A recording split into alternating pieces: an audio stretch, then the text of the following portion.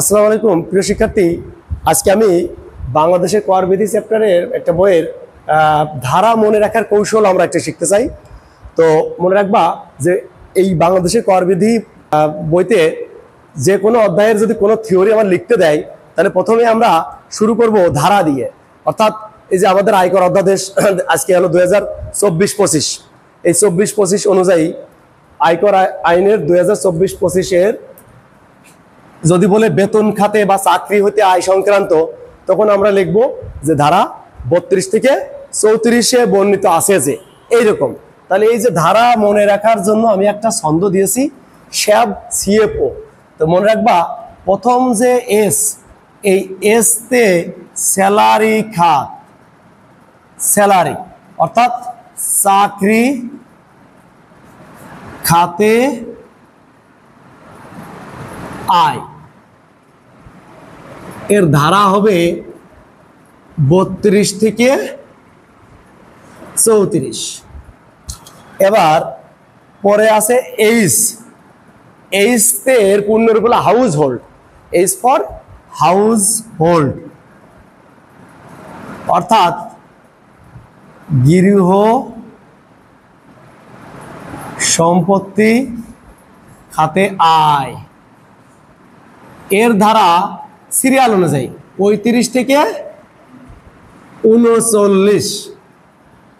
তারপরে আমরা এবার এ পড়ব, এ ফর এগ্রিকালচার। এগ্রিকালচারের বাংলা আমরা বলবো কৃষি খাতে আয়, এর ধারা পর্যায়ক্রমে 40 থেকে 44, 40 থেকে 44। এরপরে আমাদের লাগবে হলো বিজনেস, বিতে বিজনেস ব্যবসা, ব্যবসা খাতে আয়, এটা মনে রাখবা 44 পরে 45 থেকে 56।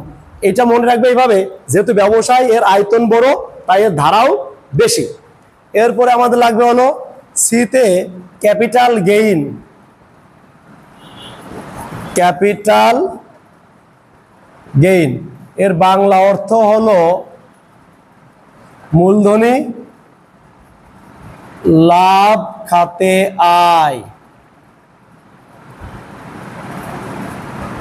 এর ধারা 57 থেকে 59, 57 থেকে 61। এরপরে আমাদের লাস্টে হলো এফ, এফতে হলো ফাইন্যান্সিয়াল সেক্টর অর্থাৎ আর্থিক পরিসম্পদ খাতে আয়, আর্থিক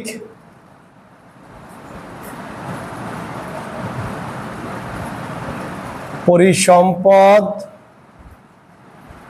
খাতে আয়, এর ধারা হলো 62 থেকে 65 এইরকম। তো লাস্ট ওয়ান কি থাকলো, ও, ওতে আদার্স,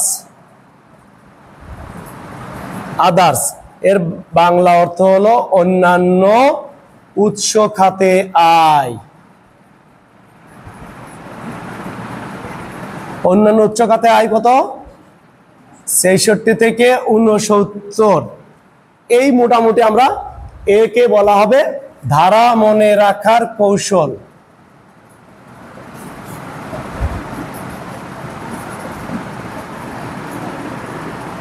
ধারা মনে রাখার কৌশল।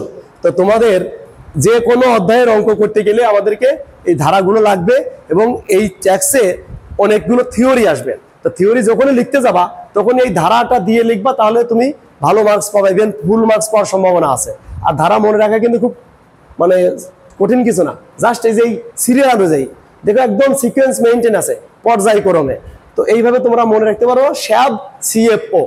হ্যাঁ, শ্যাবতে that means S for salary, এইচতে হাউস হোল্ড মানে গৃহ সম্পত্তি খাত, প্রত্যেকটা খাতে আলাদা আলাদা আছে।